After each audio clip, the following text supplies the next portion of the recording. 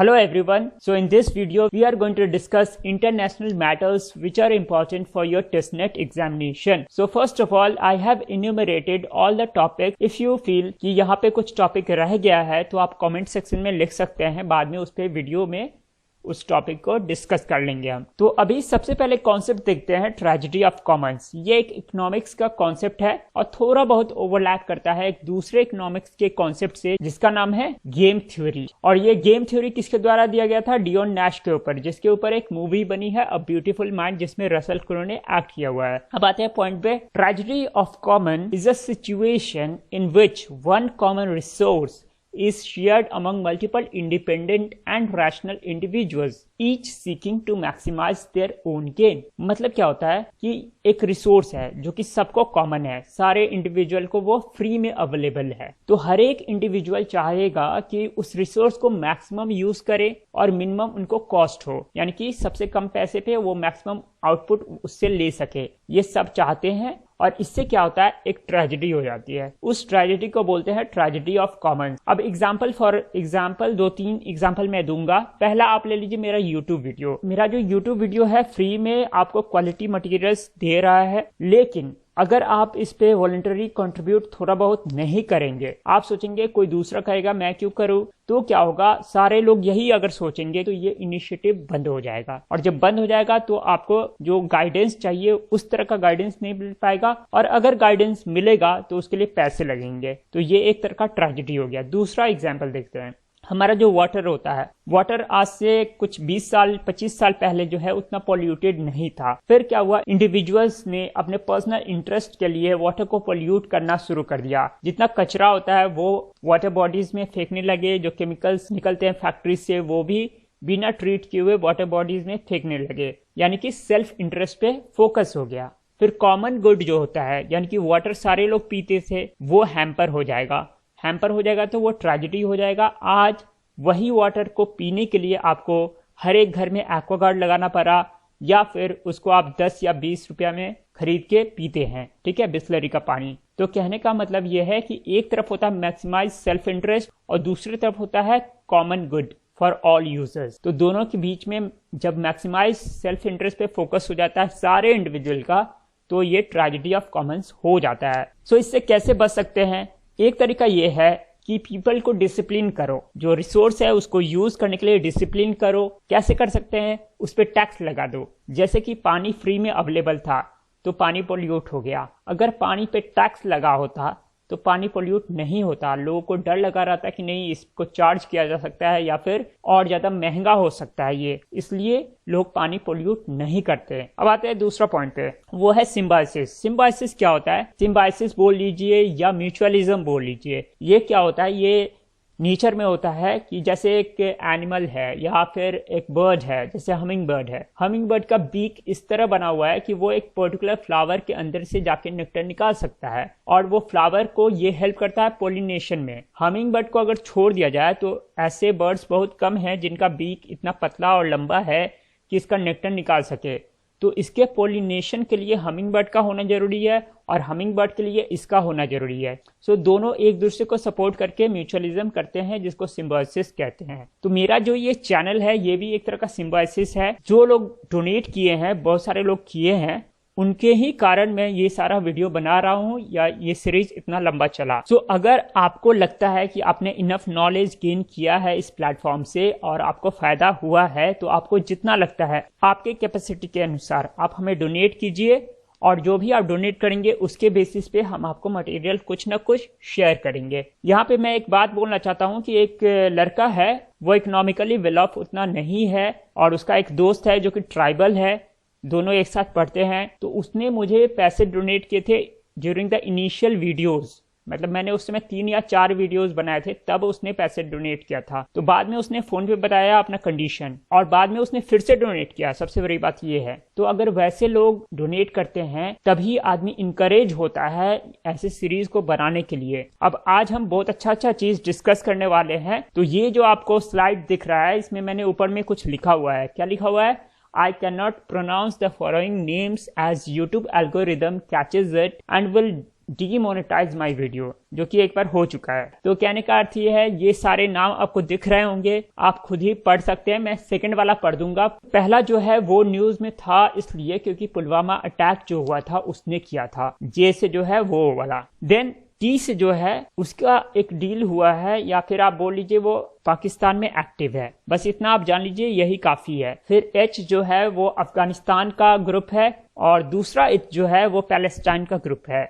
जबकि बी जो है वो लास्ट ईयर क्वेश्चन में आया था, और ये नाइजीरिया का ग्रुप है। और एच जो है लास्ट में वो यमन का ग्रुप है, और यमन में सिविल वार हो रहा था तो उसमें एक पार्टी एच था। और एंटीफा जो है बेसिकली एंटी फैसिस्ट को बोलते हैं, या एंटी फैसिज्म ग्रुप है वो, इसको बोल सकते हैं।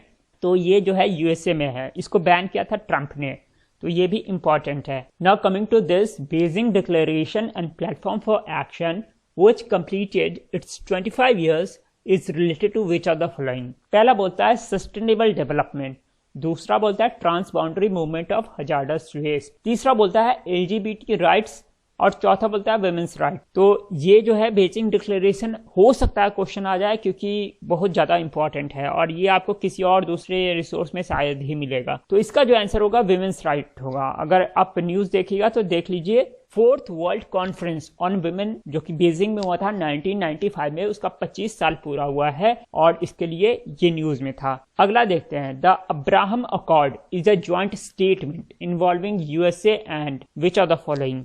तो पहला बोलता है अफगानिस्तान एंड पाकिस्तान, दूसरा बोलता है सीरिया एंड तुर्की, सी बोलता है अजरबैजान एंड अर्मेनिया।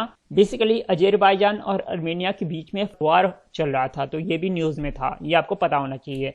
डी बोलता है इजराइल एंड यूएई, तो इसका जो आंसर होगा इजराइल एंड यूएई होगा। So basically there were 4 parties, एक बहरेन था जो मैंने पहले नहीं लिखा था, ठीक। So the 4 parties are USA, Bahrain, Israel and UAE, Abraham accord. Now coming to this, so 98th question बोलता है where is the headquarter of BIMSTEC located. A बोलता है काठमांडू, बी बोलता है ढाका, सी बोलता है जयवर्धनेपुरा कोट्टे, एंड डी बोलता है नेपितौ। तो यहाँ पे सी और डी थोड़ा आपको अजीब लग रहा होगा, ये क्या है। तो जयवर्धनेपुरा कोट्टे जो है वो बेसिकली कैपिटल है श्रीलंका का, अभी आप जाके चेक कर सकते हैं। उसका कैपिटल कोलंबो अब नहीं है, अब क्या है, जयवर्धनेपुरा कोट्टे। और डी जो है नेपितौ, वो कैपिटल है म्यांमार का। पहले जो था बर्मा का जो कैपिटल होता था वो पहले यंगून या रंगून बोलते थे उसको, अब उसको हटा के नेपितौ को बनाया गया है। So this is quite important. और जो क्वेश्चन है उसका आंसर होगा ढाका, यानी ढाका में जो है बीम्स्टेक का हेडक्वार्टर है, जबकि सार्क का हेडक्वार्टर कहाँ है, वो है काठमांडू में। तो यहाँ पे कंपेयर एंड कॉन्ट्रास्ट करते हैं सार्क को और बीम्स्टेक को। तो सार्क में कितने कंट्रीज हैं, 8 कंट्रीज है, यानी कि यहाँ अगर हम देखें तो इंडिया है, नेपाल है, भूटान है, बांग्लादेश है, उसके बाद श्रीलंका भी है, अफगानिस्तान, पाकिस्तान और मालदीव्स है। जबकि बीम्स्टेक है उसमें म्यांमार और थाईलैंड एक्स्ट्रा ऐड हो जाता है। उधर से अफगानिस्तान, पाकिस्तान, मालदीव्स हट जाता है और म्यांमार और थाईलैंड ऐड हो जाता है। सार्क बना था 1985 में, बीम्स्टेक बना था 1997 में। बीम्स्टेक का हेडक्वार्टर है ढाका और सार्क का हेडक्वार्टर है काठमांडू। नेक्स्ट क्वेश्चन जो है वो बोलता है where is the headquarters of Shanghai cooperation organisation located. तो इसका ए बोलता है सांघाई, बी बोलता है बीजिंग, सी बोलता है मॉस्को एंड डी बोलता है ताशकेंट। सो बेसिकली एससीओ जो है उसका मेंबर इंडिया कुछ साल पहले बना था और साथ में पाकिस्तान भी बना था। तो अपार्ट फ्रॉम जो सेंट्रल एशियन कंट्रीज हैं, 4 सेंट्रल एशियन कंट्रीज है, उसके अलावा चाइना उसका मेंबर है, रशिया उसका मेंबर है, इंडिया भी मेंबर है और पाकिस्तान भी मेंबर है। अब इसका हेडक्वार्टर कहाँ है, तो एससीओ के नाम में सांघाई आता है, इसलिए सारे तो एससीओ के नाम में सांघाई आता है, तो इससे हो सकता है लोग कंफ्यूज हो जाए कि इसका हेडक्वार्टर जो है सांघाई में है, लेकिन इसका हेडक्वार्टर है बीजिंग में। उसके बाद एक और कंफ्यूजन जो लोगों को होता है वो है एशिया इंफ्रास्ट्रक्चर इन्वेस्टमेंट बैंक, इसका हेडक्वार्टर भी बीजिंग में है, जबकि न्यू डेवलपमेंट बैंक जिसको कि ब्रिक्स बैंक भी बोलते हैं उसका हेडक्वार्टर है सांघाई में। So actually this should be 200, मतलब ये 200वां क्वेश्चन होना चाहिए था। Where is anti extradition law amendment movement going on, यानी कि anti extradition law amendment movement कहीं पे चल रहा है, कहाँ पे चल रहा है। तो बेसिकली वहां हुआ क्या है कि अगर आप फ्यूगिटिव ऑफेंडर हैं तो आपको गिरफ्तार करके कहीं और भेज के आप पे मुकदमा चलाया जा सकता है। तो ये कहाँ पे हो रहा है? तो ये हो रहा है हांगकांग में। हांगकांग में प्रोटेस्ट हो रहा है, आप सबको पता होगा। तो क्यों हो रहा है, उसके पीछे क्या कारण है? कारण यही है कि अगर आपने कोई क्राइम किया है हांगकांग में और पकड़े जाते हैं तो आप पे जो केस चलेगा वो चाइना में चलेगा। तो इसको लेके बहुत ज़्यादा प्रोटेस्ट हो रहा है और ये एम्बुलेंस वाला वीडियो बहुत वायरल हुआ था, इसलिए मैंने यहाँ शेयर किया हुआ है। अब जो है 201st होगा ये। Which of the following is are correctly matched? Pangong Tso lake Ladakh में है, काला पानी जो है उत्तराखंड में है, गलवान वैली जो है लद्दाख में है, या लेपू लेक पास जो है वो सिक्किम में है। बेसिकली यहाँ इनकरेक्ट पूछना चाहिए था क्योंकि यहाँ 3 जो है करेक्ट है, 1 जो है इनकरेक्ट है। तो जो एक इनकरेक्ट है वो होगा डी, यानी कि लेपू लेक पास जो है वो असल में उत्तराखंड में है, यहाँ पे सिक्किम बताया हुआ है। बाकी तीनों सही हैं। तो यहाँ आप देख सकते हैं कि कैलाश मानसरोवर यात्रा जो होता है, कैलाश मानसरोवर लोकेटेड है चाइना में। तो वहाँ जाने के लिए यात्रा होती है जो कि 2 रूट से होती है। पहला होता है नाजुला पास जो कि सिक्किम में है और दूसरा होता है लेपू लेक पास जो कि उत्तराखंड में है। और ये चारों ही लोकेशंस न्यूज में थे बिकॉज पैंगोंग सो लेक जो है 3 इडियट वाला, वहाँ पे चाइना इंट्रूजन किया था। काला पानी में नेपाल बोला था कि उसका टेरिटरी है वो, जबकि गलवान वैली जो है उसमें भी चाइना का इंट्रूजन हुआ था और लेपू लेक जो है उसमें भी नेपाल ने उसको अपने मैप में शो किया था। Now coming to this is also very very important. अब इससे 4-5 क्वेश्चन बन सकता है, वो मैं न बना के यहाँ पे डिस्कस कर रहा हूँ कि क्वाड ग्रुप करके एक है तो उसके मेंबर 4 हैं। यूएसए है, इंडिया है, जापान है एंड ऑस्ट्रेलिया है। Malabar exercise that is a Naval exercise. उसके बाद है चाइना पाकिस्तान इकोनॉमिक कॉरिडोर। ये कहाँ से पास होता है? ये गिलगित बल्तिस्तान रीजन जो है पीओके में, वहां से पास होता है। तो ये इंडियन टेरिटरी से पास होता है। कराची में एक पोर्ट है ग्वादार पोर्ट, वहां पे जाके खत्म होता है। ये जो आपको दिख रहा है ना, ये बेसिकली ये जो है यही आपका CPEC है, चाइना पाकिस्तान इकोनॉमिक कॉरिडोर। और ये पॉइंट जो है ये ग्वादार है, यहाँ पे लिखा हुआ है Gwadar. Now we will try to understand tools of Chinese hegemony.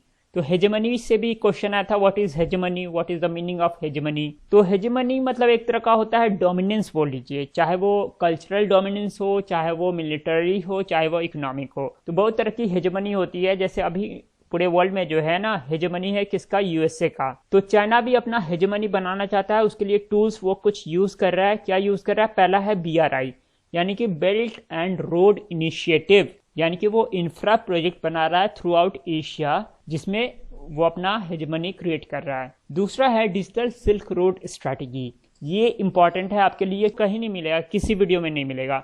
Digital silk road strategy जो है वो इसलिए इंपॉर्टेंट है क्योंकि अब से कुछ महीने पहले जो है इंडिया ने बहुत सारे ऐप्स को बैन किया है। आपको पता होगा PUBG था, उसको भी बैन किया गया था। तो बेसिकली चाइना का एक स्ट्रैटेजी है डिजिटल सिल्क रोड स्ट्रैटेजी, जिसमें जो चाइना की गवर्नमेंट है वो इन्वेस्ट कर रही है ऐप बनाने में और लोगों का डेटा को कलेक्ट करने में। तो ऐप बना के या फिर गेम्स बना के वो चाइना का प्रोडक्ट आपको छोड़ देते हैं। या चाइना का देखिए मोबाइल जो है ओप्पो है या वीवो है वो कितना राइज कर गया मतलब कुछ सालों में। तो उसके पीछे चाइनीज गवर्नमेंट का हाथ है और वो चाहते हैं कि ऐसा इंफ्रा क्रिएट किया जाए जिससे डेटा जो है सबका वो उन तक थोड़ा बहुत पहुंच जाए। तो इसी को जब समझा इंडिया ने तभी उसने ऐप्स को बैन करने का डिसीजन लिया। उसके बाद दूसरा एक स्ट्रैटेजी है स्ट्रिंग्स ऑफ पर्ल। इसका मतलब ये है कि इंडिया को चारों तरफ से घेर दो। तो बेस बना के जो है चाइना चारों तरफ से इंडिया को घेर रहा है। जैसे आपको पाकिस्तान में मैंने डिस्कस किया था कि यहाँ आपको दिख रहा होगा पाकिस्तान में ग्वादार पोर्ट है, उसी तरह जो श्रीलंका है, श्रीलंका में हम्बनटोटा पोर्ट है। हम्बनटोटा पोर्ट जो है श्रीलंका का वो लीज आउट हो चुका है चाइना को 100 साल के लिए, मतलब 99 ईयर्स के लिए। तो this is also very very important. And then in Bangladesh we have Chittagong port जो कि चाइना को दिया गया है डेवलपमेंट के लिए। उसके बाद सीतवे पोर्ट है एक म्यांमार में और क्यापेउ पोर्ट है। ये दोनों पोर्ट जो है यूज हो रहा है चाइना के लिए। ऐसे हमारा भी सीतवे प्रोजेक्ट है एक, ये सारा स्ट्रिंग ऑफ पर्ल्स के अंडर आता है। तो इंडिया ने भी इसका काउंटर करने के लिए यहाँ पे क्या किया है, छाबहार पोर्ट ईरान में बनाया है और भी 2-3 पोर्ट्स यहाँ शुरू किया है। जैसे आगरलेगा आइलैंड है आपको मॉरिशस में, उस पर काम चल रहा है। बेस बनाने की, वहाँ शेशेस में बेस बनाने की काम चल रही है। फिर से डकम पोर्ट है, वो उसको इंडिया ने यूज़ करने का परमिशन लिया है। तो ये सारा इंपॉर्टेंट है। तो ये सारे आप समझ गए। अगला है डंपिंग। अब डंपिंग भी आपसे क्वेश्चन कर सकता है, what do you mean by dumping. तो चाइना क्या करता है, सपोज आपके यहाँ कोई चीज प्रोड्यूस होती है, जैसे स्टील प्रोड्यूस होता है आपके मार्केट में, 100 रुपये का स्टील मिलता है एक पर्टिकुलर अमाउंट। चाइना वही स्टील आपके मार्केट में डाल देता है 90 रुपये में। तो उससे क्या होता है कि सब कोई चाइना का प्रोडक्ट खरीदते हैं और आपका स्टील जो है वो नहीं बिकता है। और जब ये मोनोपोली टाइप का हो जाता है चाइना का, तब वो अपना दाम बढ़ाएगा। तो इसको बोलते हैं डंपिंग। तो अभी आरसीईपी से जो बाहर हुआ है भारत, उसके पीछे 2 रीजन था। पहला था चाइना का डंपिंग और दूसरा कंट्री ऑफ ओरिजिन। ये भी आपको कहीं किसी वीडियो में नहीं मिलेगा। तो कंट्री ऑफ ओरिजिन क्या होता है कि एक ये जैसे एफटीए होता है, फ्री ट्रेड एग्रीमेंट। तो सपोज कोई एशियान की कंट्री है, सपोज वियतनाम है, उसके साथ हमारा एफटीए है कि वहां से कोई सामान अगर हम लाएंगे तो कोई टैक्स नहीं लगेगा। तो चाइना क्या करेगा ना, चाइना अपना सारा सामान वहां पे डाल देगा और फिर वहां से रूट करके सामान बेचेगा। यानी कि हम ले रहे हैं वियतनाम से, लेकिन वियतनाम से जो सामान ले रहे हैं उसका सोर्स कहाँ है, चाइना से है। तो इसी पे इंडिया ने खेद जताया और कंट्री ऑफ ओरिजिन करके एक रेगुलेशन भी निकाला कि आपको लिखना पड़ेगा कि आपका वैल्यू एडिशन जो है मेनली एक पर्टिकुलर कंट्री में हुआ है, तभी आप एफटीए के अंदर सामान बेच सकते हैं। तो this is very very important. उसके बाद है एसडीजी। एसडीजी बहुत ज्यादा इंपॉर्टेंट है आपके लिए, क्योंकि हर एक बार एक क्वेश्चन आ रहा है। लास्ट टाइम ये क्वेश्चन था कि टोटल कितने गोल्स हैं और टारगेट्स हैं। तो टोटल गोल्स कितने हैं, 17 है। टारगेट कितना है, 169, यानी कि 170 से एक कम। और ये सारे गोल्स क्या है वो भी आप 1-2 बार देखोगे तो बेसिक गोल्स आपको एक बार याद हो जाएंगे, समझे। इसको रट्टा नहीं मारना है, इसको 2 बार देख लेना है ताकि आपको पता रहे कौन सा गोल है कौन सा नहीं है। So this was all for today. Thank you, thanks for watching.